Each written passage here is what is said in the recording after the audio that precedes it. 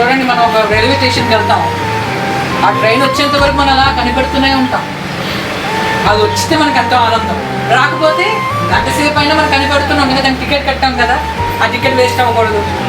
ఏదో ఉద్యోగంకి ఎక్కడికి వెళ్తున్నాం, లేదా ఎవరు బంధువులకి వెళ్తున్నాం, ఈ ట్రైన్ మిస్ అవుతే మరి ఈరోజు ట్రైన్ లేదు కాబట్టి మనం ఏం చేస్తే లేట్ అయినా ఆ ట్రైన్ కోసం అలా కనిపెట్టుకుంటున్నాం.